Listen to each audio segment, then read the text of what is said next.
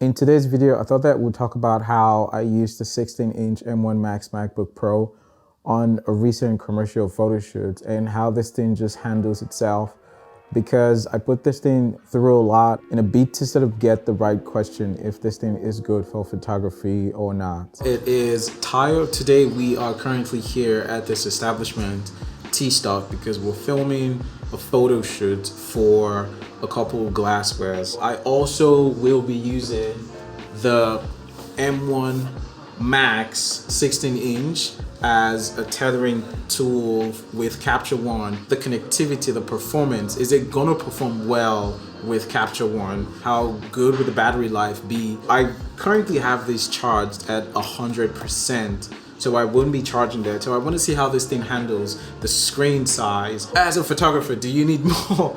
Do you need more RAM than 32 gigabytes? So basically that's what I have here.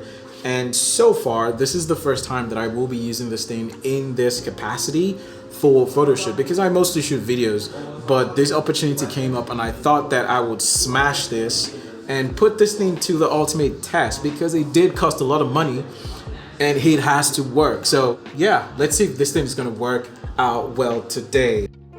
I think I should probably also mention that this project is not a very expensive one. So that meant that we had to cut down on a lot of gear and just go very simple. But that also meant that everything we had on set had to work really well, especially this MacBook Pro. I will be using this cable. I think it's kind of like a standard cable for every photographer. It has a USB 2.0 and this new MacBook doesn't have that. I still forget that every time. This is a dongle, it's a connection. It takes this connection from here and takes this now into a Type-C cable. I think most people already know what Capture One is at this point, but just in case you don't know, Capture One is one of those programs and applications that has somewhat become the industry standard across a lot of genres of photography, because it offers you something that most applications don't. You're able to see and preview in real time. You're able to control your camera straight from the Capture One app, and it's basically just plug and play, which is why a lot of professionals usually defer to Capture One for real-time photo sessions over Lightroom or all the other ones out there. But then as well, Capture One is also quite a CPU intensive program, so that's why I chose it for this test. I was checking how much of the CPU was being used at the time and just seeing how this app or this whole process was going to be. I was screen recording, I had Final Cut Pro open in the background, and quite a lot of other things. I will be going through the activity monitor here just to be able to see some of the things that is putting, pressure on this MacBook. And for now, I think that the screen recording itself is what is, is putting a lot of pressure on this computer at this point. I just want to see how much space Capture One in itself is taking up in that CPU and seeing how much processing power that this thing is going to consume in that regard. Currently now it's at 100%. I want to see, okay, looks like Capture One has started using significant energy, but I want to see how long this battery will last for the shoot. Now it's 334. We kicked off at 335. Now it's 335. Let's see how long it takes before I have to plug this thing in, and if there's any significant drop in performance based off of battery power. And then finally, the screen size. How well will this screen be able to, how well are we going to be able to see what we're doing? How well will the screen size be good for reviewing all these clips? Why am I saying clips? Photos.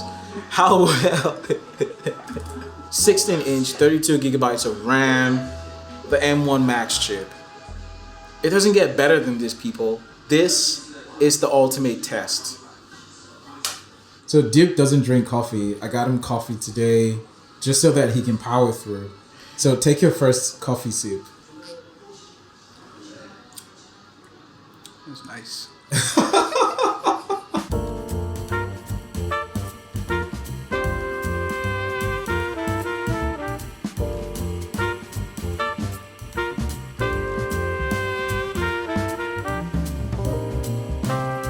this thing is working well with Capture One. I'm pretty surprised because the CPU usage is just somewhere under 70, which is very good because it means it's not doing a lot of multi-threading and everything. 32 gigabytes of RAM works perfectly on this MacBook with Capture One. And what is funny is we've been running on battery power all this while. So for now, we still have 36% of battery.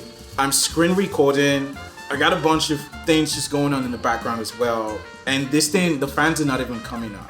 It takes about 2 seconds for the actual frame to load up right after you click, but it renders well, it previews well, and I think that the screen in itself is great for reviewing the pictures. What do you think, Jordan? I fully agree. So, I think so. Well, what about you? How does it feel working with me? I'm making you work. Oh, I'm enjoying, man. I'm really enjoying. I learned so much about shadows. I learned so much about what a MacBook does. All perfect. This MacBook Pro is probably one of the best piece of gear out there at this point in time. The technical aspect of this machine just makes it really good for any creative need, whether photography or videography. The screen size makes it really easy to preview and review whatever image that you have, even get real-time feedback from your clients.